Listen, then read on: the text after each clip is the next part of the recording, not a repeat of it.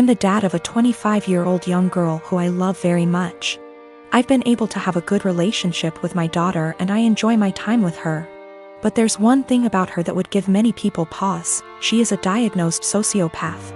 She exhibited odd, disturbing behavior at a young age, and after a serious incident of abuse towards her younger sister, I realized she needed professional help.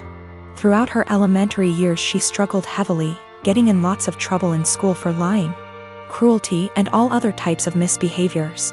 With an enormous amount of therapy and support, her bad behavior was minimized as she grew older. She received an ASPD diagnosis at 18, and I had suspected it for long prior. After her aggressive behavior was tamed, her following years were much more fruitful. She's law-abiding, has a decent job and a good education, and has many good friendships and admirers. Especially male admirers. She is very, very charming and adept at attracting guys and maintaining their interest. She uses that old dating guide, The Rules, like a Bible. She currently has a boyfriend of about a year and a half who's crazy about her, and who I have a very strong relationship with. We live in the same area and spend time together regularly. He is a great guy, very kind, funny and intelligent. But I doubt she loves him. We've had some very honest, in-depth discussions about her mental health since her diagnosis. And she's been open with me that she doesn't feel love or empathy towards anyone, even family. When she acted very sad and broken up over the death of one of her closest friends at the funeral, she confessed to me privately that it was all a put-on, and that she felt pretty neutral about the whole thing. She has also stated she has never once felt guilty about anything she's ever done, and doesn't know what guilt feels like. While she enjoys being around her boyfriend and is sexually attracted to him, I highly doubt she feels much of anything towards him love-wise. Her boyfriend, who might propose soon, has no idea about her diagnosis. And she's been very upfront with me that she has no plans to ever tell him, thinking it'll scare him away. I've made it clear to her that she needs to tell him the truth before they marry. That he has the right to know and consider it, or I will, to which she always responds, "I know you wouldn't dare." I really like and respect this young man, and would feel awful keeping this secret from him, and letting him walk into a marriage without this piece of knowledge. I'm not trying to sabotage my daughter's future. Maybe her boyfriend's love of her personality and other aspects is enough that it won't end the relationship. It's his decision to make, but he deserves all the facts. Someday he's bound to find out she's a bit off. It can't be kept a secret forever. I am the oldest daughter of 4 children. I'm currently 25, second oldest is 23, third is 20, and youngest is 18. When I was 8 years old, my mom had an affair with a family friend. I, being the oldest, has remembered most of it, and my younger siblings only remember growing up with our parents co-parenting. This has put a strain on my mother's and I's relationship. She cheated on my father, who was battling cancer. She didn't even try to keep it a secret from the kids. I remember during family / friend gatherings when everyone would be inside and I'd see my mom and the family friend kissing, or doing things in the pool. As a kid I didn't understand, but as I got older I realized what she was doing in front of us, and I feel sick. People ended up catching on to their affair years later, and my mom left my dad and started a new relationship with this family friend. They split up shortly after that because he cheated on my mother. I've confronted her about this after my dad passed, and we all went to see a family therapist. This was roughly 3 years ago. My mom has since remarried to an incredible man, but recently she was out and bumped into this man from her past. They exchanged emails and she confided in me that they have been sending emails back and forth and are planning to meet up to chat and catch up. I read the messages and it's very apparent that the guy still has feelings. While my mom is trying to make it seem like she's just catching up with an old co-worker. But I know my mother, and I know she is still slightly infatuated with this man, and flattered that he still wants her. I mean, it's been years, why else would you want to catch up?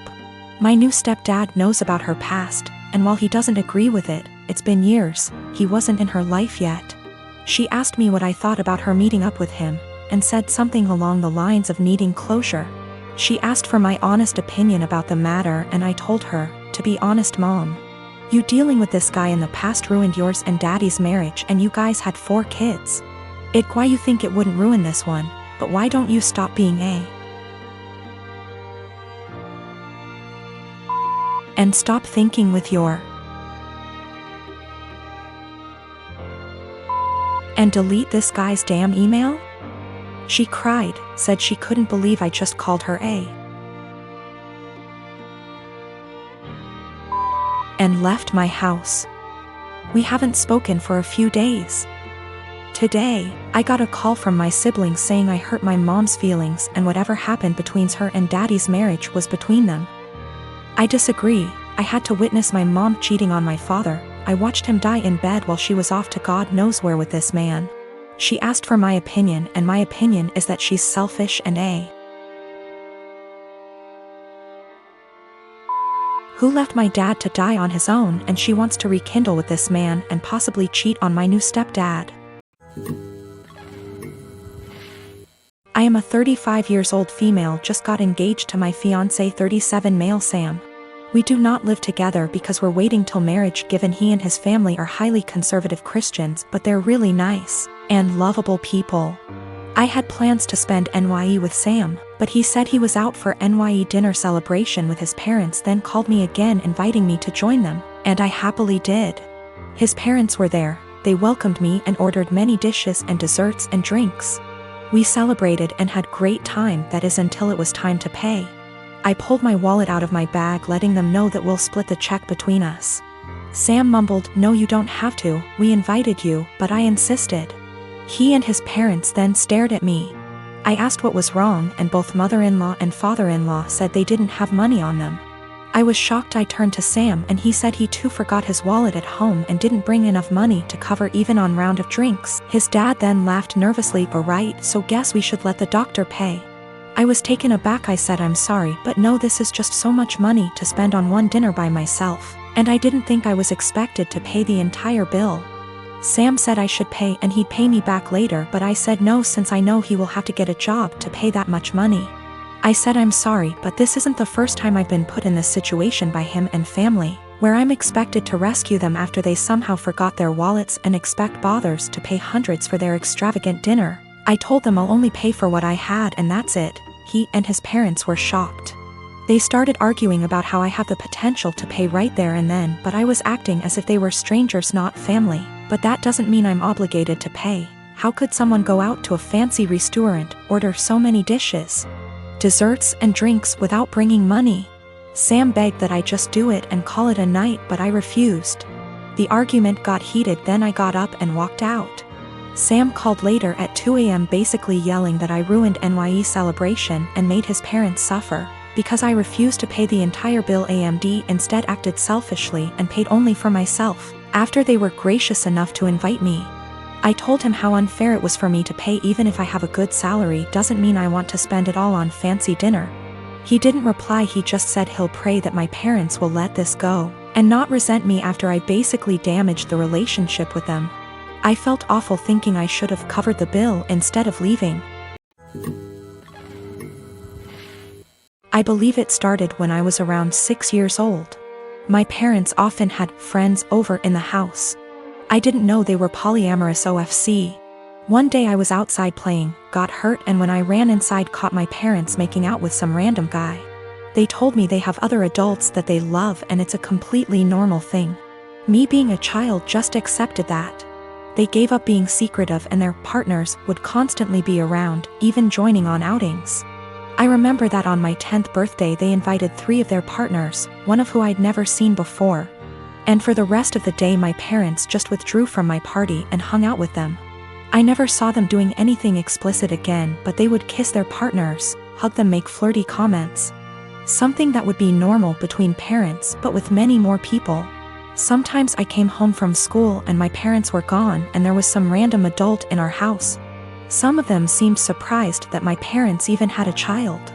I always hated it, but since my parents had told me this was normal, I assumed many adults probably did similar things and that it's just an adult thing all kids hate. Later they had less partners and eventually seemed to stop. Not that I'd know for sure. I moved out with 17. I didn't think about it anymore. A year ago I started therapy. Other reasons. As usual, the topic of my upbringing came up and it brought back many feelings I wasn't aware of.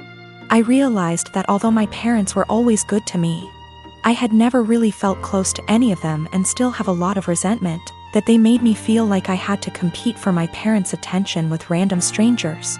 A while ago, I visited them and they told me they are going to take part in a documentary about polyamorous families, and that the producers would like to include interviews with the children.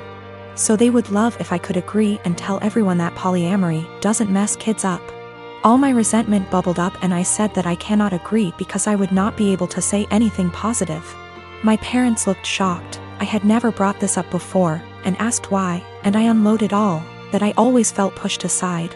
We barely had any family time without strangers intruding. It turned into an argument and I became loud and yelled that the truth is it did me up and they shouldn't have had a child. My mother cried and my father said I should probably leave. So I left and was shaken up for the rest of the week, but also felt regret because I've never made my mom cry before. Later my father sent me a message that was like, "We are sorry you feel that way. Can we have a calm discussion about this soon?" Even though I tried to, it's like I can't reply. This argument brought something very emotional up in me.